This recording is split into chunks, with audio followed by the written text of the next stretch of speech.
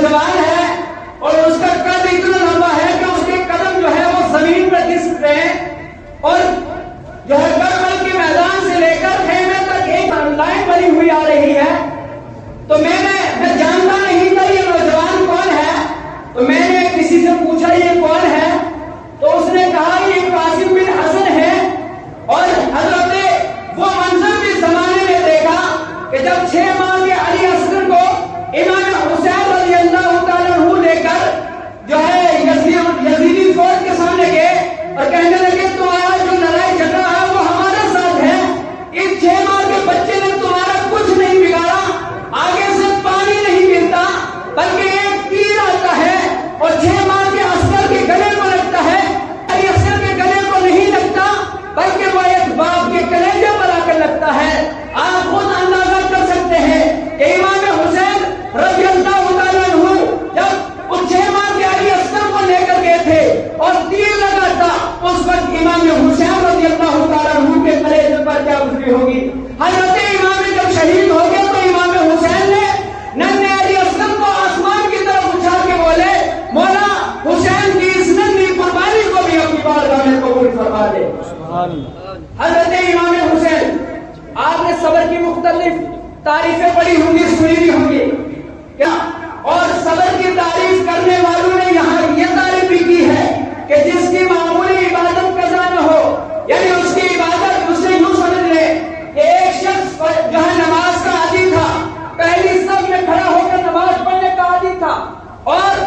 گھر میں فوت ہو گئی، بیٹا فوت ہو گیا یا ماں فوت ہو گئی، باپ فوت ہو گیا، اس کے باوجود بھی جب مسجد سے حی علی الصلاۃ حی علی الفلاح کی صدا بلند ہوئی تو وہ بیٹا، وہ شخص جو ہے پہلی صف میں کھڑے ہو کر امام کے پیچھے نماز پڑھ رہا تھا،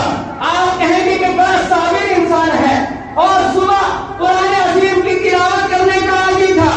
آپ گھر میں فوت ہو گئی، غم کا ماحول چھا گیا، لیکن فجر کی نماز کے بعد اسی جگہ پر آپ اس شخص کو دیکھ رہے ہیں کہ وہ قرآن عظیم کی تلاوت کر رہا ہے۔ اللہ اکبر! اگر آپ کے نزدیک صبر کی تعریف یہی ہے، آئیے اسی تعریف کے آئینے میں حضرت امام حسین رضی اللہ تعالیٰ عنہ کی ذات مبارک کو دیکھتے ہیں، ان کی سیرت کو پڑھتے ہیں۔ 71 لاشیں ایک لائن کے ساتھ پڑے ہیں، اور اس کے بعد لاشیں اٹھانے کے بعد 71 لاشیں اٹھانے کے بعد حضرت امام حسین رضی اللہ تعالیٰ عنہ کے قدم میں لڑکڑاہٹ نہیں ہوئی، بے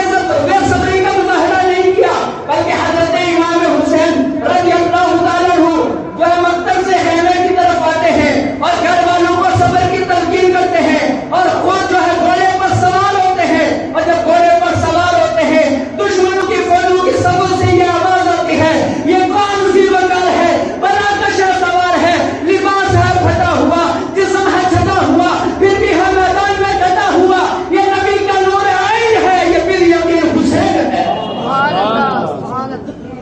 حضرت امام حسین رضی اللہ تعالیٰ عنہ کی سیرت کو پڑھے، عابد ایسا 71 لاشیں اٹھانے کے بعد بھی آپ کی عبادت قضا نہیں ہوئی کہ جب کربلا کے میدان میں نماز کا وقت ہو گیا،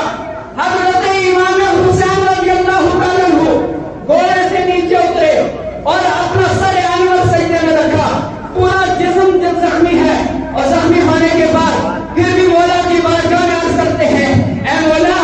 میں نے سب کچھ قربان کر دیا، علی اکبر کو بھی قربان کر دیا، علی اصغر کو بھی قربان کر دیا، پورے خاندان کو قربان کر دیا، اے مولا تو بتا حسین سے اب بھی راضی ہے یا نہیں؟ آواز آتی ہے اس نوازے پر محمد مصطفیٰ کا ناز ہے، اس پیاسے پر علی شیر خدا کو ناز ہے، اور انہیں بھی سجدے کیے، پر اس کا عجب انداز ہے، اس نے وہ سجدہ کیا جس پر خدا کو ناز ہے۔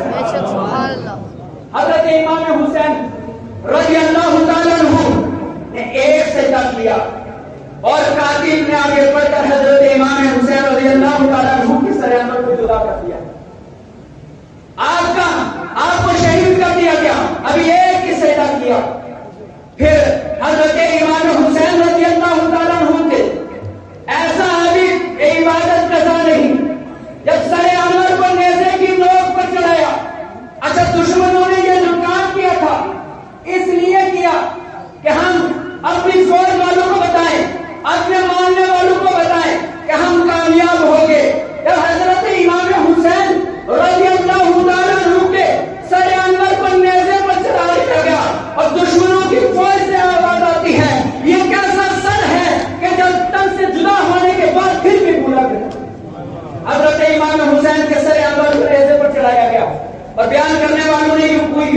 کیا کہ جب آپ کے سر انور کو نیزے پر چڑھایا گیا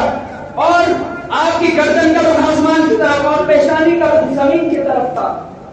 اور کہنے والوں نے یہاں بھی کہا کہ حضرت امام حسین نے ابھی ایک ہی سجدہ کیا تھا، سر انور کو تن سے جدا کر دیا، امام حسین رضی اللہ تعالیٰ عنہ کی پیشانی دوسرے سجدے کے لیے تڑپ رہی۔ آج ہم بھی محبت حسین کا دعویٰ کرتے ہیں، ہمیں اپنا